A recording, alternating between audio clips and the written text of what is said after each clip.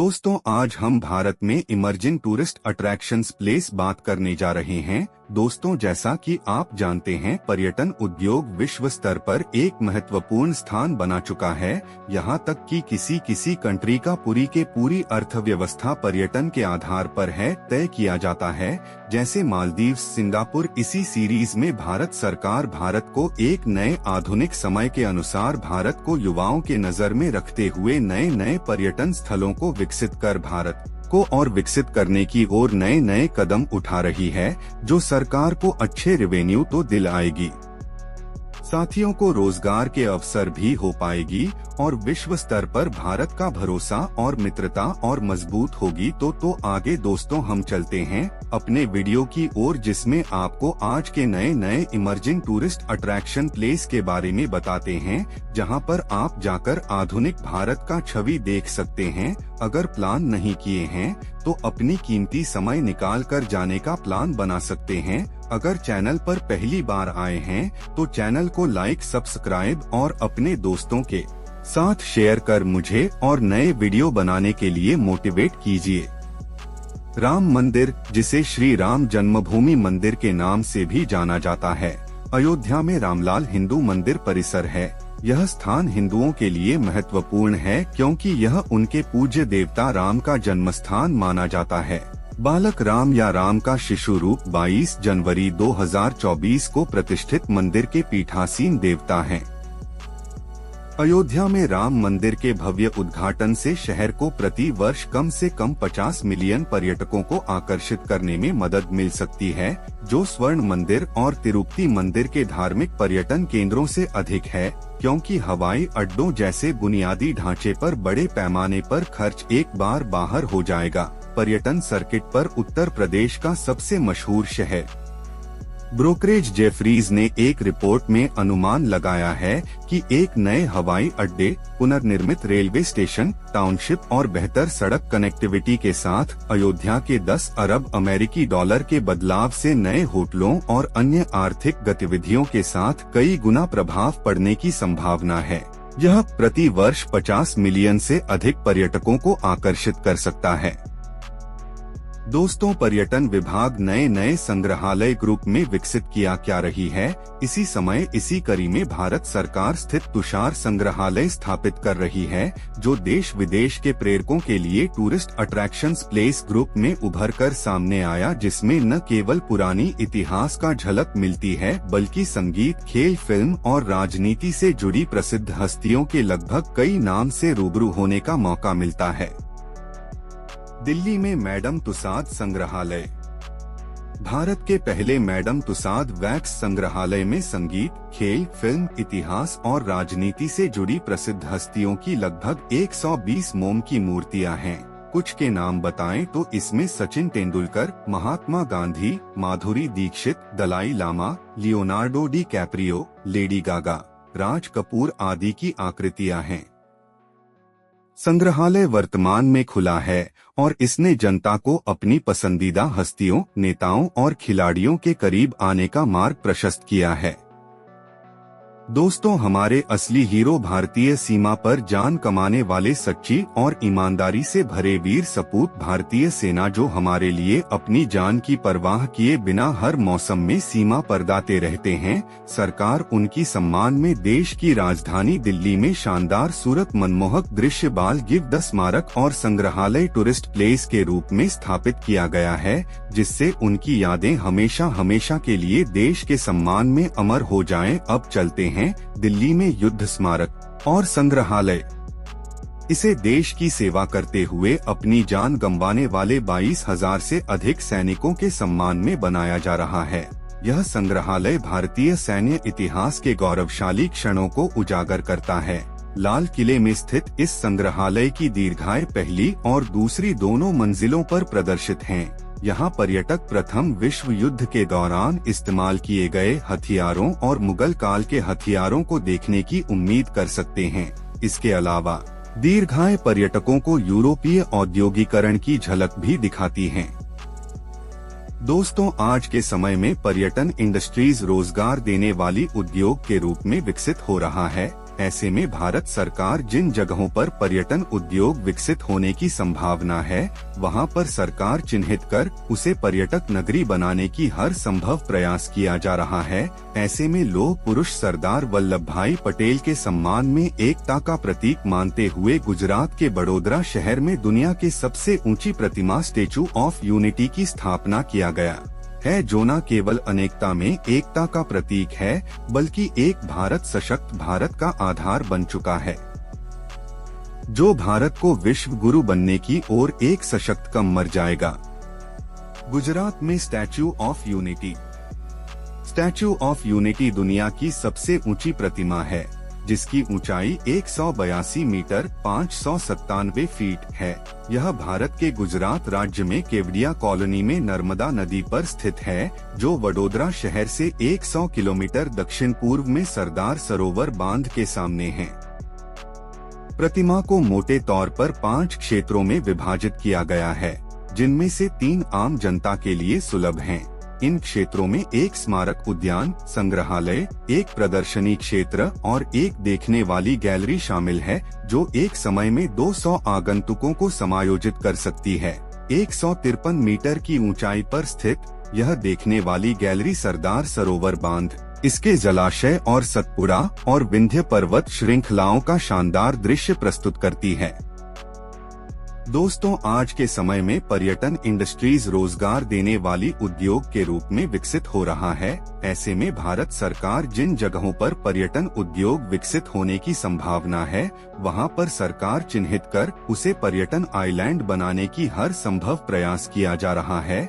जैसे लक्षद्वीप की आगामी जल विला परियोजना, जो एक नए टूरिस्ट प्लेस के रूप में सामने आया है। पहले हम गोवा, चेन्नई जैसे पर्यटन स्थलों का ही दीदार कर पाते थे, लेकिन लक्षद्वीप में जल बेला परियोजना के साथ साथ भारत सरकार द्वारा विकसित की जा रही अंडमान निकोबार जगह पर भी पर्यटन का अपार संभावना है। आशा करते हैं भविष्य में एक विश्व स्तर की भारत पर्यटन उद्योग में एक नया नाम भरकर विश्व के सामने आएगा।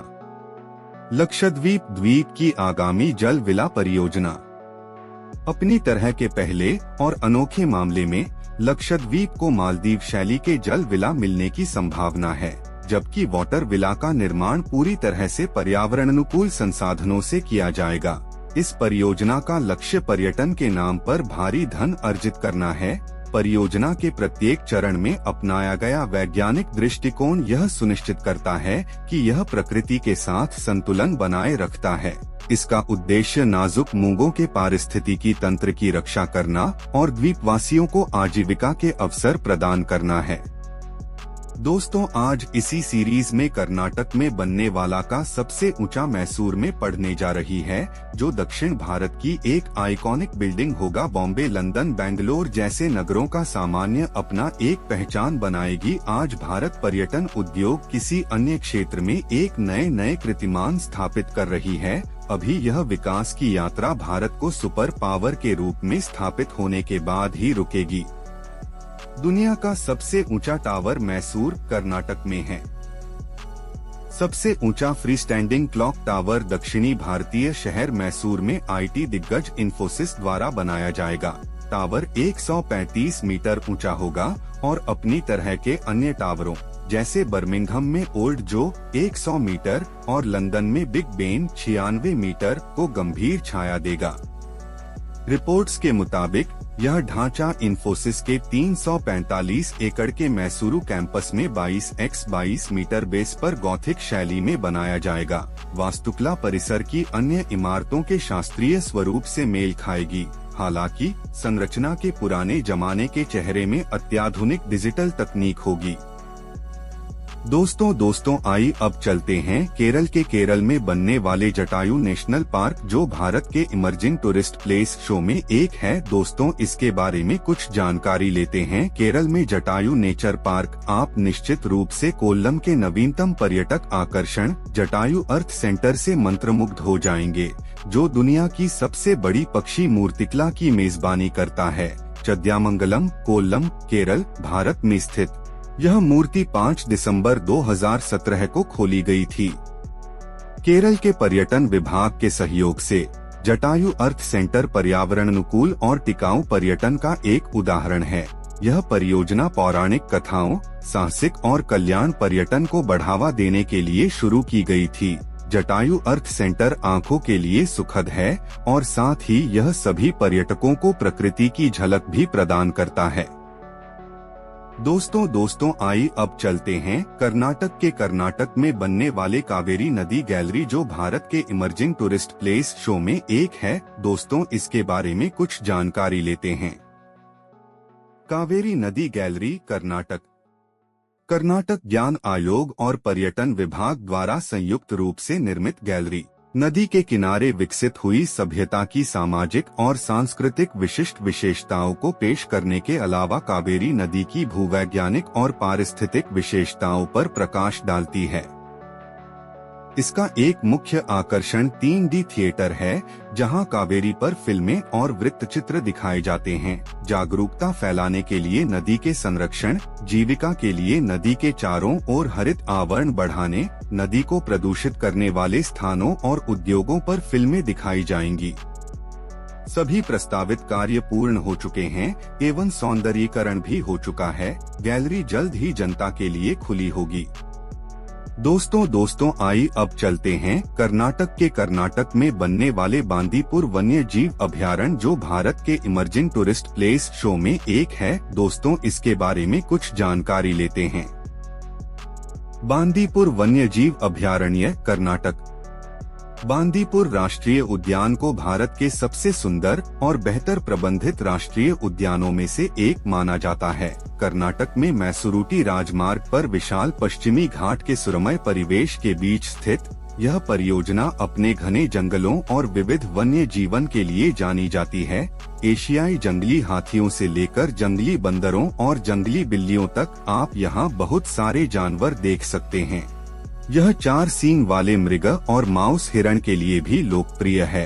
अन्य जानवरों में सांभर, चीतल और पैंथर और खरगोश शामिल हैं। पश्चिमी सह्याद्री की सुरमय सुंदरता एक अतिरिक्त बोनस है।